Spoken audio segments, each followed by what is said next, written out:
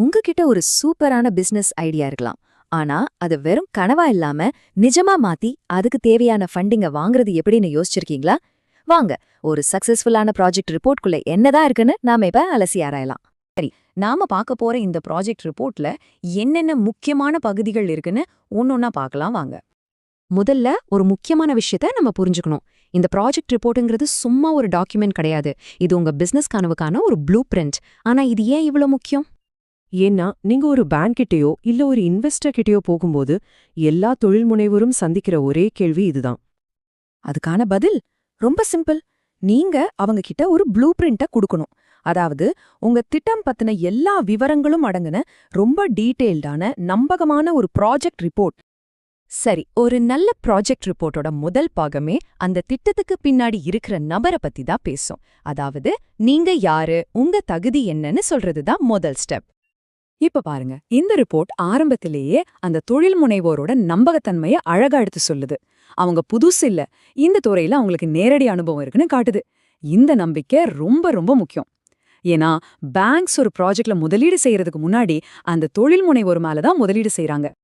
சரி, தொழில் முனைவோரோட திறமை மேல நம்பிக்கை வந்ததும் அடுத்ததா அவங்க என்ன விற்க போறாங்கன்னு தெளிவா சொல்லணும். அதாவது நீங்க தயாரிக்க போற பொருள் என்ன, அதோட மதிப்பு என்னன்னு வங்கிக்கு ரொம்ப துல்லியமா புரிய வைக்கணும்.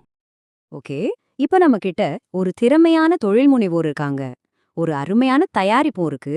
ஆனா எல்லாத்தையும் விட முக்கியமான கேள்வி என்னன்னா, இதுக்கு மார்க்கெட் இருக்கா, இத வாங்க ஆள் இருக்காங்களா? பாருங்க, இந்த ஒரு கேள்விதான் ஒரு சாதாரண பொழுதுபோக்கையும் ஒரு வெற்றிகரமான பிசினஸையும் பிரிச்சு காட்டுறது. இந்த கேள்விக்கு ப்ராஜெக்ட் ரிப்போர்ட்ல சரியான டேட்டாவோட பதில் இருக்கணும். இங்க பாருங்க, கவனத்தை ஈர்க்கறதுக்காகவே இந்த ரிப்போர்ட்டை ஒரு பிரம்மாண்டமான நம்பரோட ஆரம்பிக்குது. இது ஏதோ சின்ன பிசினஸ் இல்ல, இது ஒரு பெரிய மார்க்கெட் ஆப்பர்ச்சுனிட்டின்னு காட்டுது. இந்த ஒரு நம்பரே போதும் கடன் கொடுக்கறவங்கள நிமிர்ந்து உட்கார வைக்க. இந்த சார்ட் இன்னைக்கு இருக்கிற மார்க்கெட்டை மட்டும் காட்டல, எதிர்காலத்துல இது எவ்ளோ பெருசா வளரப்போகுதுன்னும் காட்டுது. இந்த மாதிரி ஒரு வளர்ச்சி விகிதம் தான் இந்த பிசினஸ் ஒரு நிலையான லாபகரமான பிசினஸ்ங்கிறதுக்கு ஒரு வலுவான ஆதாரம். வெறும் நம்பர்ஸ மட்டும் காட்டாம இந்த மார்க்கெட் நிஜமானதுதான் நிரூபிக்க இந்த ரிப்போர்ட்ல இன்னொரு முக்கியமான விஷயம் இருக்கு. அது என்னன்னா, ஏற்கனவே இந்த பொருளை வாங்க சம்மதிச்ச சில கஸ்டமர்ஸோட லிஸ்ட். இது சேல்ஸ் நடக்குமா நடக்காதாங்கிற ரிஸ்க ரொம்பவே குறைக்குது. ஓகே, ஒரு நல்ல ஐடியா இருக்கு, அதுக்கு மார்க்கெட்டும் இருக்குன்னு நிரூபிச்சாச்சு. அடுத்ததா, சரி இதெல்லாம் எப்படி செஞ்சு முடிக்க போறீங்கங்கிற கேள்வி வரும் இல்லையா? அதுக்கு பதில் சொல்றதுதான் இந்த ஆபரேஷனல் ப்ளூ பிரிண்ட். இப்ப இந்த ஸ்லைட்ல பாருங்க, இதுல சுவாரஸ்யமான விஷயம் என்னன்னா, ஒரு சிக்கலான உற்பத்தி முறையை எவ்வளவு அழகா படிப்படியா விளக்கியிருக்காங்கன்னு தான். இத பார்க்கும்போது வங்கிக்கு ஒரு தெளிவான லாஜிக்கலான ப்ரொடக்ஷன் லைன் இருக்குன்னு புரியும். ப்ரொடக்ஷன்ல ஒவ்வொரு ஸ்டெப்புக்கும் சில குறிப்பிட்ட மெஷினரி தேவைப்படும். இந்த ரிப்போர்ட்ல அந்த மெஷின்களோட விலையையும் பட்டியலிட்டிருக்காங்க. இதனால ஆபரேஷனல் பிளானுக்கும் கேட்கப்படுற பணத்துக்கும் நேரடி தொடர்பு இருக்குன்னு தெளிவா புரியுது. மெஷினரி மட்டும் இல்ல, இந்த வேலையை செய்ய எத்தனை பேர் தேவைப்படுவாங்க, அவங்களுக்கு என்னென்ன வேலைங்கிறதையும் இந்த ரிப்போர்ட் தெளிவா சொல்லுது. இது ஆபரேஷனோட ஒவ்வொரு சின்ன விஷயத்தையும் யோசிச்சு பிளான் பண்ணிருக்காங்கன்னு காட்டுது. இதுதான் ரொம்ப முக்கியமான கட்டம். இங்கதான் எல்லா விஷயமும் ஒன்னு சேரப்போகுது. இந்த பிசினஸ் வெறும் செயல்பாட்டு அளவுல மட்டும் சிறந்ததே இல்ல, ஃபைனான்ஷியலாவும் இது லாபகரமானதுதான் இந்த ரிப்போர்ட் நிரூபிக்கணும். முதல்ல மொத்த ப்ராஜெக்ட்டுக்கும் எவ்வளவு செலவாகும்னு ஒரு தெளிவான கணக்கு. இதுல பாருங்க, ஒவ்வொரு ரூபாயும் எதுக்கு செலவாக போகுதுன்னு ரொம்ப துல்லியமா பிரிச்சு காட்டியிருக்காங்க. சரி, செலவுக்கான பணம் எங்கிருந்து வரப்போகுது? இது ரொம்ப முக்கியமான கேள்வி. இங்க பாருங்க, தொழில் முனைவோர் அவரோட சொந்த பணத்தை முதலீடு பண்றாரு.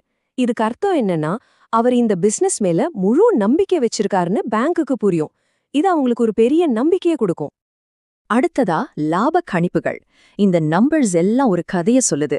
அதாவது இந்த பிசினஸ் நல்ல லாபம் தரும், பிரேக் ஈவன் அடையிறது கஷ்டம் இல்ல, வாங்கின கடனை ரொம்ப சுலபமா திருப்பி செலுத்த முடியும்னு தெளிவா சொல்லுது. அதுவும் பாருங்க, 2.5 வருஷத்திலேயே முதலீட்டை திருப்பி எடுத்துடலான்னு சொல்றது ரொம்பவே சிறப்பான விஷயம். கடைசியா இந்த ஒரு நம்பர், இதுதான் மொத்த ரிப்போர்ட்டோட கிளைமேக்ஸ்னே சொல்லலாம். 46.5% IRR. இதுக்கு என்ன அர்த்தம்னா, இந்த முதலீட்டுக்கு கிடைக்க போற வருமானம் மிக மிக அதிகம்னு அர்த்தம். இந்த நம்பரை பார்த்ததுக்கு அப்புறம் எந்த ஒரு இன்வெஸ்டருமே இது ஒரு தங்கமான வாய்ப்புன்னு தான் நினைப்பாங்க. சரி, வாங்க நாம இவ்ளோ நேரம் பார்த்த இந்த ப்ராஜெக்ட் ரிப்போர்ட்டை ஏன் ஒரு வின்னிங் ரிப்போர்ட்னு சொல்றோங்கிறதுக்கான முக்கிய காரணங்களை ஒரு தடவை வேகமா பார்த்திடலாம். பாருங்க, இதெல்லாம் தான் ஒரு வலுவான ப்ராஜெக்ட் ரிப்போர்ட்டோட முக்கியமான அம்சங்கள். ஒரு நல்ல ரிப்போர்ட்டுங்கிறது சும்மா பணம் கேட்கற ஒரு மனு இல்ல, அது உங்க பிசினஸ்க்கான ஒரு முழுமையான ஆதாரம். இப்போ ஒரு வெற்றிகரமான பிசினஸ்க்கான ப்ளூ பிரிண்ட் எப்படி இருக்கணும்னு உங்களுக்கு தெரியும். இப்போ கேள்வி என்னன்னா, உங்க கனவுக்கான ப்ளூ பிரிண்டோட பக்கத்துல நீங்க என்ன எழுத போறீங்க?